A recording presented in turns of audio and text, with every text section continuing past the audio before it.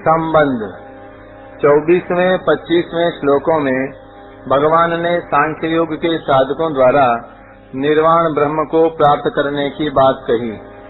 अब आगे के 26वें श्लोक में यह बताते हैं कि निर्वाण ब्रह्म की प्राप्ति होने पर उसका कैसा अनुभव होता है।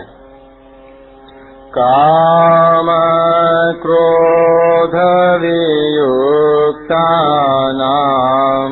यतीनां यत चेतसाम् अभितो ब्रह्म निर्वाणं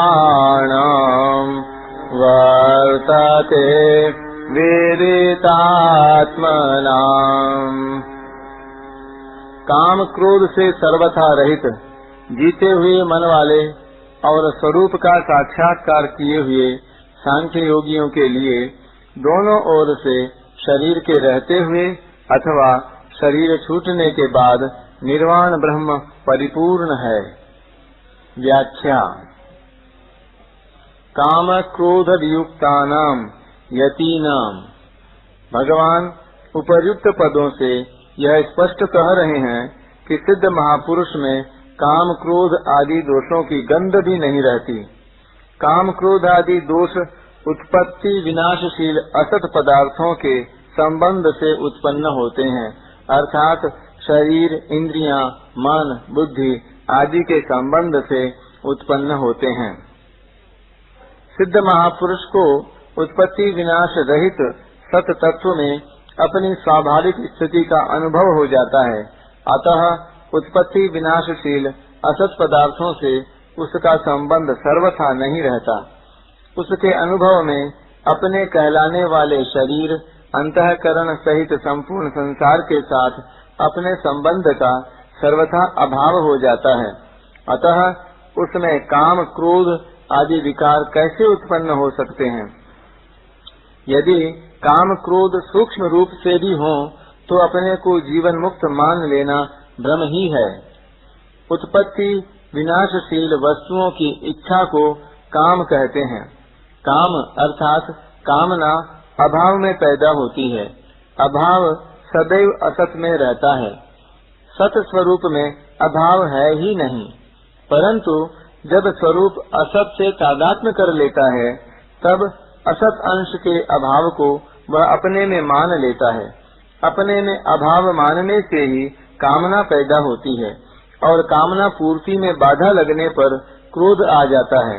इस प्रकार स्वरूप में कामना न होने पर भी तादात्म्य के कारण अपने में कामना की प्रतीति होती है, परंतु जिनका तादात्म्य नष्ट हो गया है और स्वरूप में स्वाभाविक स्थिति का अनुभव हो गया है, उन्हें स्वयं में असत के अभाव का अनुभव हो ही कैसे सकता है। साधन करने से काम क्रोध कम होते हैं, ऐसा साधकों का अनुभव है। जो चीज कम होने वाली होती है वह मिटने वाली होती है। अतः जिस साधन से ये काम क्रोध कम होते हैं उसी साधन से ये मिट भी जाते हैं। साधन करने वालों को यह अनुभव होता है कि काम क्रोध आदि दोष पहले जितनी जल्दी आते थे उतनी जल्दी अब नहीं आते। पहले जितने वेग से आते थे उतने वेग से अब नहीं आते, और पहले जितनी देर तक ठहरते थे उतनी देर तक अब नहीं ठहरते। कभी कभी साधक को ऐसा भी प्रतीत होता है कि काम क्रोध का वेग पहले से भी अधिक आ गया। इसका पहला कारण यह है कि साधन करने से भोगासक्ति तो मिटती चली गई और पूर्णावस्था प्राप्त हुई नहीं। दूसरा कारण यह है कि अंतःकरण शुद्ध होने से थोड़े काम क्रोध भी साधक को अधिक प्रतीत होते हैं। और तीसरा कारण यह है कि कोई मन के विरुद्ध कार्य करता है तो वह साधक को बुरा लगता है, पर साधक उसकी परवाह नहीं करता। बुरा लगने के भाव का भीतर संग्रह होता रहता है, फिर अंत में थोड़ी सी बात पर भी जोर से क्रोध आ जाता है, क्योंकि भीतर जो संग्रह हुआ था वह एक साथ बाहर निकलता है। इससे दूसरे व्यक्ति को भी आश्चर्य होता है इतनी थोड़ी सी बात पर इसे इतना क्रोध कैसे आ गया? कभी कभी वृत्तियां ठीक होने से साधक को ऐसा प्रतीत होता है कि मेरी पूर्णावस्था हो गई, परंतु वास्तव में जब तक पूर्णावस्था का अनुभव करने वाला है तब तक व्यक्तित्व बना रहने से पूर्णावस्था हुई नहीं। यत चेतसाम, जब तक असत का संबंध रहता है तब तक मन वश में नहीं होता। असत का संबंध सर्वथा न रहने से महापुरुषों का कहलाने वाला मन स्वतः वश में रहता है। अभितो ब्रह्म निर्वाणम वर्तते विदितात्मनाम, अपने स्वरूप का वास्तविक बोध हो जाने से उन महापुरुषों को यहाँ विदितात्म नाम कहा गया है। तात्पर्य है कि जिस उद्देश्य को लेकर मनुष्य जन्म हुआ है और मनुष्य जन्म की इतनी महिमा गाई गई है, उसको उन्होंने प्राप्त कर लिया है।